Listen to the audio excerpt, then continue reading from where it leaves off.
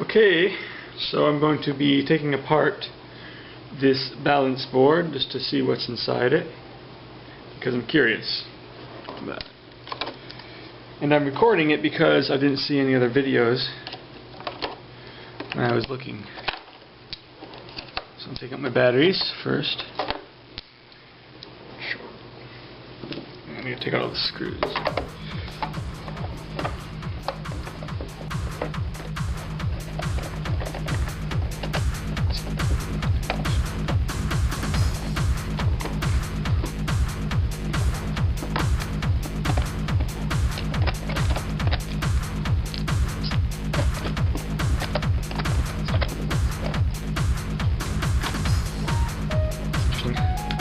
There. Take the feet first.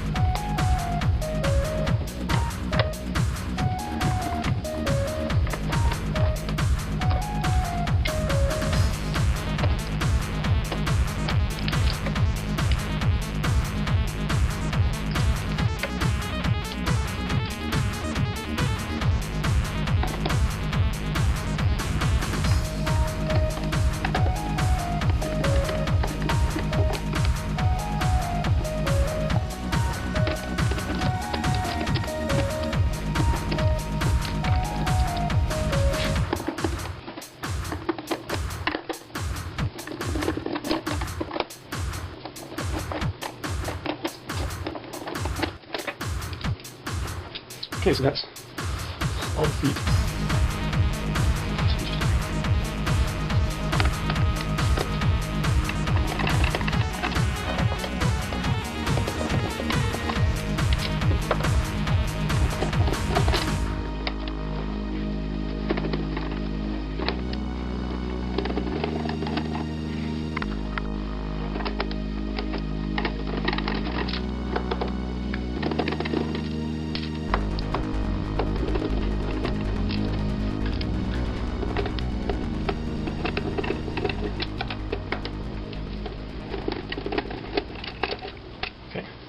Now,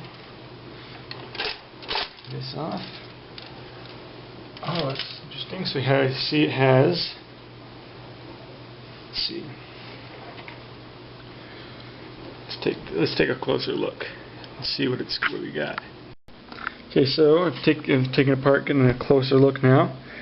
It's got this nice metal frame that's screwed together. It's screwed in. And it's put together with screws, and they're coming up from the underside.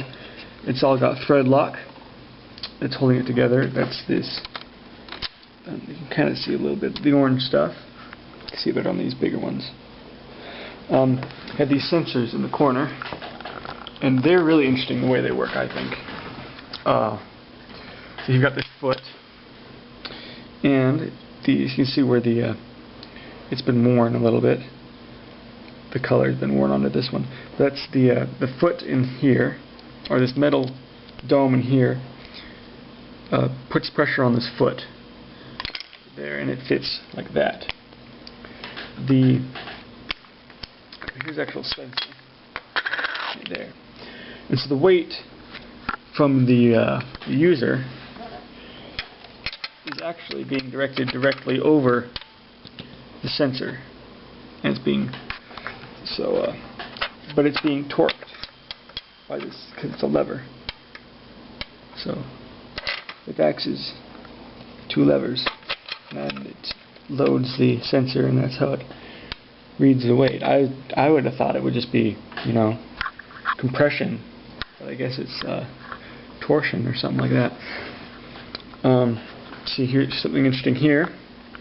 We have our switch. And what's really cool about this is, even though the range of motion is like this, it's still got a hinge all built up for it. So I thought it was really cool. Oh, the LED doesn't even come close to the optics for there. It just kind of shines through it. Here we've got the big board. I don't know what you call it. What I thought was interesting here was how all the sensors are soldered directly to the board, where it's not like these ones where they can just be installed and then attached. And I was thinking maybe the reason is that if there may or may not be a reason, but if there is a reason, if there's a particular reason, I guess it might be because they're sensitive enough they want to have a soldered connection instead of just a wired connection. I got this interesting chip thing here. I don't know if you can see from the side. You can a little bit. But I'm guessing that's the Bluetooth transmitter, just because, well, if you look at it, I'll focus in on it a little better. There you go. You can see to me, it looks like, you can look at the etchings or whatever on it for the connections. Looks like almost like it might have come from a different manufacturer, just because of how tight they are. So I'm guessing that was a Bluetooth component that was installed and ordered separately for the balance board. So yeah, and we also have where the batteries go on here, which has I love this design for these. I wish, like my TV remote, used this instead of a spring. And of course you got the sync button, which is on this big, tall plastic thing. So yeah, and last thing, let's focus again. I thought the underside of this is really cool. I always think it's interesting to look at how they make just these cheap plastic components and how it's ribbed for the strength. And you can really see on this on the top piece, how much ribbing there is to add the strength to so all the chassis is really holding a lot of the weight. It's really directing force from right here all the way over here to the chassis because of these ribs. So I thought that was really cool, how well this thing is made. And also this thing here, I'm guessing that's to kind of segregate the right and left sides a little bit. So yeah, it's really, really well made and really interesting. So, and that is the Nintendo balance board, all analyzed by someone who doesn't know really much about what he's talking about.